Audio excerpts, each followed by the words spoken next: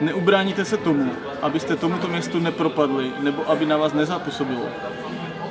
Každý den se probouzím s pocitem, že musím v tomto městě být. Přitáhlo mě jako magnet. Já se musím kopírovat, to není možné. To není možné. Jo, budeme natáčet? Jo, budeme to natáčet, jo. Čau Martinusáci. Som rád, že po mesiaci ste opäť otvorili aj moje video. Som posledný v sérii a dúfam, že pozeráte aj videá ostatných mojich kolegov. Ako ste si asi všimli, tak každý sme nejaká trošku taká iná osobnosť a iná persona. A čo nás asi spája, ale nejakým spôsobom to zdieľanie vášne a veci, ktoré máme radi, a tak sa vlastne snažíme aj Martinus prezentovať smerom vonku, že vlastne zdieľime tú vášeň. A jedna z tých mojich slabostí alebo vecí, pre ktorú mám slabosť, je mesto, moje najobľúbenejšie na svete. Po Prahe, áno, po Prahe. A je to New York City. Budem hovoriť o knižke Môj New York, ktorú napísala Alessandra Matancová, ktorá niekoľko rokov žije v New Yorku. Vydala to u nás na nakladatelstve Slovart. Ja som sa tej knihe dostal už v lani na Veľtrhu vo Frankfurte knižnom. A tá kniha na tej bola v angličtine, v nemčine a nejakým spôsobom ako zaujala tá obálka, ale vral som si, že takých kníh je o New Yorku určite veľa. A sa mám doma niekoľko takých tých New York Stories príbehov. Ale teraz to vlastne vydal Slovart a kolega zo Slovenska Ivan tú knihu čítal a zdieľal na ňu výborné referencie, takže som sa k tomu musel dostať. A dobre som urobil, pretože som z toho absolútne unesený. Je to vlastne knižka s podtitulom Miesto očima známych osobností. Je tam 20 osobností, prevažne umelcov, pretože tá autorka sa hlavne pozná s umelcami a má blízko k tej branži, čiže sú tam režiséri Woody Allen, Spike Lee, Martin Scorsese, potom Al Pacino, nejakí herci, spisovateľka je tam Candice Bushnell, ktorá napísala Sex v Venezii a tak ďalej, Yoko Ono. A čo je na tom úplne fascinujúce, že každá z tých osobností má nejaký pohľad na to mesto. A opakujú sa tam v každom jednom príbehu slova, dalo by sa tu počkrtávať veci ako puls mesta a hlavne dostalo sa vám pod kuži.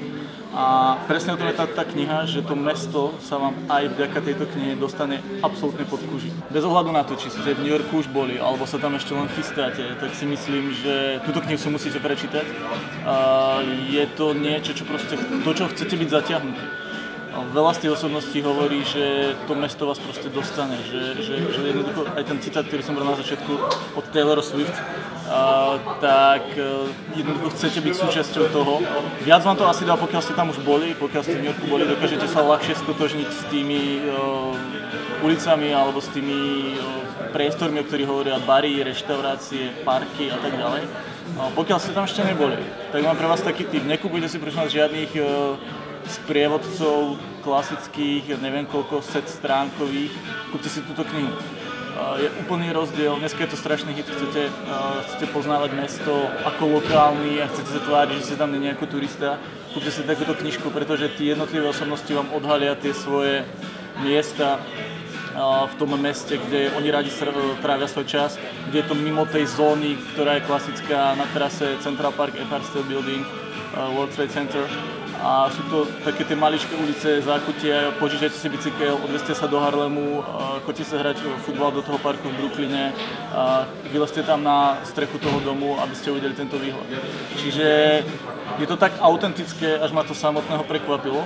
Ja hlavne dúfam, že tomu vyjde aj druhá časť, pretože je tam ešte dosť veľa osobností, od ktorých by som si ja ten príbeh chcel vypočuť z toho mesta, ktoré tu nie sú. Hovoril som, že to je to prevažne o tých umelcoch, trochu mi tu chýbajú možno nejakí športovci, alebo práve ľudia z iných sfér spoločenského života.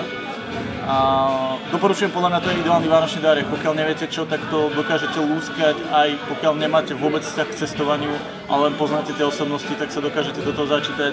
Prečítate to veľmi rýchle. Kúpite u nás na martinus.cz, link nájdete dole. A môžete nám dať odber na kanál, budem veľmi rád. Alebo si pozrite, ako som hovoril na úvod, videa ostatných kolegov. Takže ešte raz knižka Môj New York od Alessandry Matancovej z nakladatelstva Slovart. Doporučujem, musíte si to prečítať. A kto by chcel v letnom lete do New Yorku so mnou, dajte mi vedieť v komentári. Čaute.